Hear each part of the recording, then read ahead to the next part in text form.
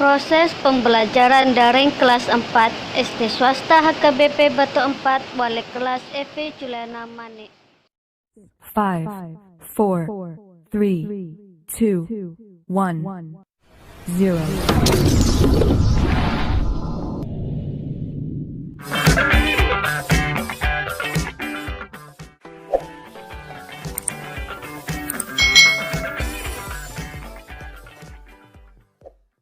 Hari ini kita akan belajar bersama-sama untuk mata pelajaran tematik kelas 4. Kita belajar di tema 4, berbagai pekerjaan, subtema 3, pekerjaan orang tuaku, pembelajaran yang keempat. Mari adik-adik kita belajar bersama-sama. Tahukah adik-adik pekerjaan seorang kepala desa adik-adik? Nah, kalian pasti kalau tinggal mau ditinggal di desa, di kota, itu ada kepala desa atau lurah. Nah, hal-hal baik apa saja yang bisa kita contoh dari mereka? Mari kita pelajari bersama-sama. Pak Tulus bekerja sebagai kepala desa di Desa Serehwangi.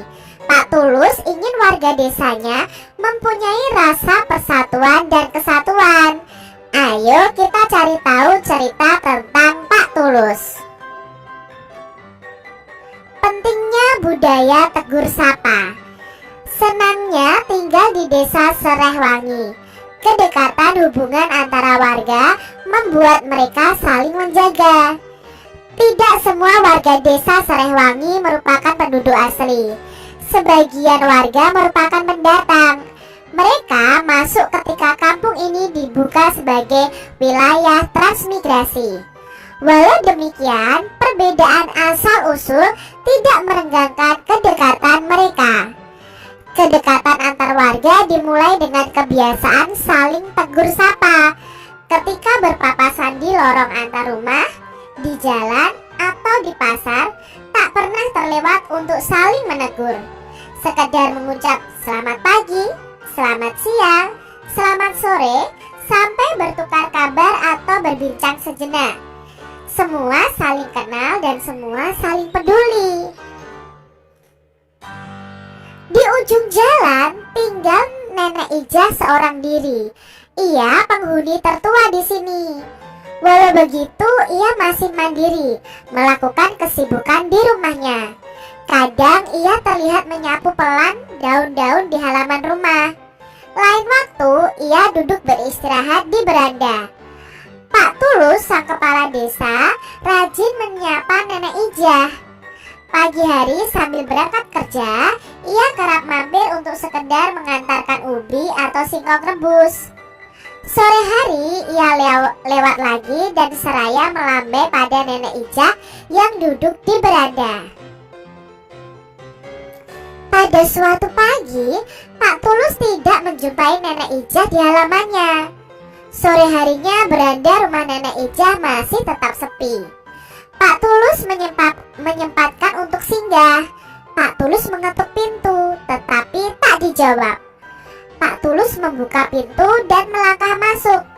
Betapa terkejutnya beliau menjumpai Nenek Ijah terkulai lemas di depan ruang tengahnya.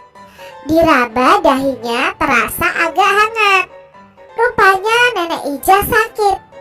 Pak Tulus menyesal tidak menyempatkan mampir tadi pagi. Namun belum terlambat. Pak Tulus mengajak beberapa warga membawa Nenek Ijah ke dokter terdekat. Pak Tulus juga mengatur jadwal warga yang akan bergantian menjaga Nenek Ijah sampai pulih. Tidak ada warga yang menolak loh adik-adik. Semua sukarela membantu. Mereka tahu kalau suatu ketika mereka dalam kesulitan pasti akan dibantu.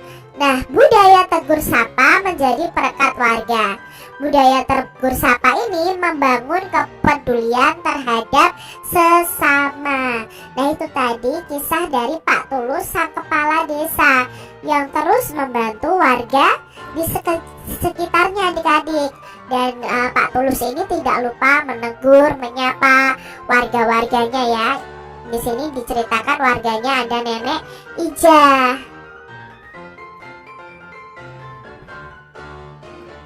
Berdasarkan cerita di atas, mari kita membuat peta pikiran berikut ini adik-adik. Nah, judulnya tadi adalah pentingnya tegur sapa. Lalu siapa tokohnya? Oh, tokohnya ada Nenek Ijah dan Pak Tulus. Sifat tokohnya bagaimana? Nenek Ijah itu sifat tokohnya itu mandiri ya, karena dia hidup sendirian, dia tetap bekerja di rumahnya sendiri. Jadi beliau itu sangat mandiri. Sedangkan untuk Pak Tulus ini suka menolong. Nah, tempat kejadiannya di mana adik-adik? Ya, tempat kejadiannya itu di Kampung Serehwangi. Lalu awal ceritanya apa? Nah, di awal tadi diceritakan bahwa kedekatan warga Serehwangi itu sangat dekat ya, saling peduli. Lalu akhir ceritanya apa? Oh, akhir ceritanya tentang tegur sapa itu membangun kepedulian. Pesannya apa dari cerita tersebut?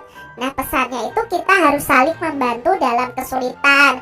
Kita harus mau saling tegur sapa. Itu pesan moralnya. Berdasarkan cerita di atas, apa saja sih hal-hal baik yang bisa dicontoh dari Pak Tulus? Apakah Pak Tulus sudah mengamalkan sila ketiga Pancasila? Lalu apa sih hal-hal baik yang bisa kita contoh dari warga Kampung Serehwangi tadi? Apakah warga Kampung Serehwangi itu sudah mengamalkan sila ketiga Pancasila, adik-adik? Meskipun kamu bukan warga Kampung Serehwangi, hal apa yang akan kamu lakukan jika melihat kondisi Nenek Ijah? Nah, jelaskan alasanmu. Sebutkan sikap baik apa saja yang dapat dicontoh dari warga Kampung Serehwangi.